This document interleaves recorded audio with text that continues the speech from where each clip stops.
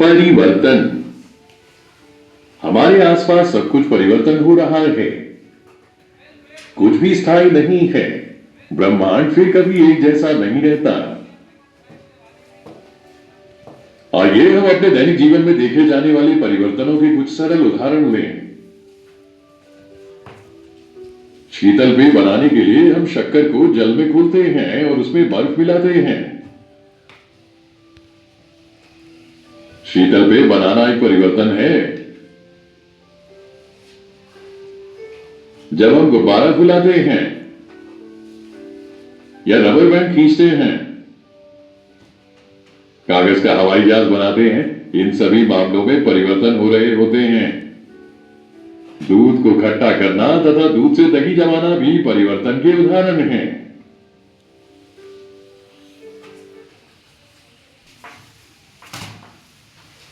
भौतिक परिवर्तन भाग 2। चारों ओर होने वाले परिवर्तन दो प्रकार के होते हैं, भौतिक एवं रासायनिक। भौतिक परिवर्तनों को समझने के लिए आइए कुछ क्रियाकलाप करें।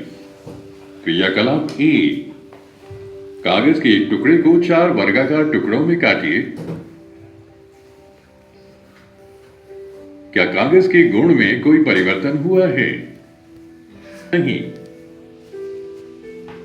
क्योंकि कागज अभी भी कागज ही है। क्या कोई नया पदार्थ बना है? नहीं। क्रियाकलाप 2, थोड़ी मात्रा में मॉडलिंग मिट्टी लें। मिट्टी को एक गेंद के आकार में ढालें। अब गेंद को एक बेलन के आकार में ढालें और फिर सिलेंडर को एक घन के आकार में बनाएं।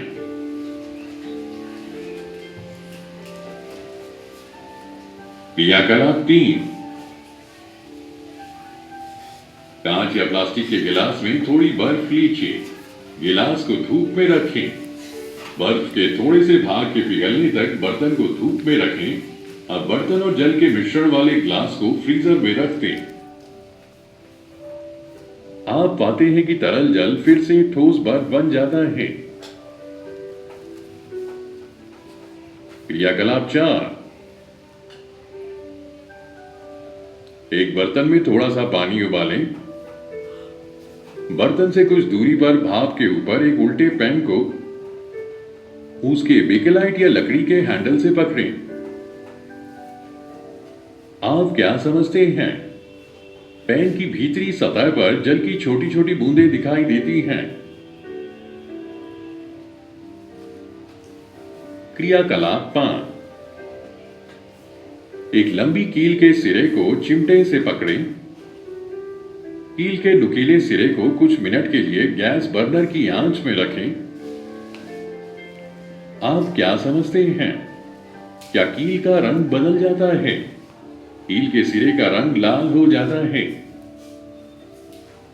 अब कील को आंच से हटा दें। अब यदि आपने उपरोक्त क्रियाकलापों को ध्यान से देखा तो आप पाएंगे क्रियाकलाप 1 और 2 में हमने देखा कि कागज और मॉडलिंग मिट्टी के आकार में बदलाव आया। क्रियाकलाप 3 में जल अपनी अवस्था को ठोस से तरल और फिर तरल से ठोस में बदलता है। क्रियाकलाप 4 में जल अपनी अवस्था को तरल से गैस और फिर गैस से तरल में बदलता है।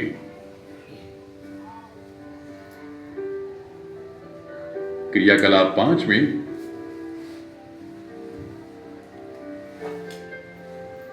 कील का रंग भूरे से लाल और फिर लाल से भूरे रंग का हो जाता है।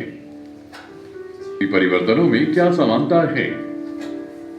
हाँ, परिवर्तन से गुजरने वाला पदार्थ अपनी मूल स्थिति को पुनः प्राप्त करने में सक्षम होता है।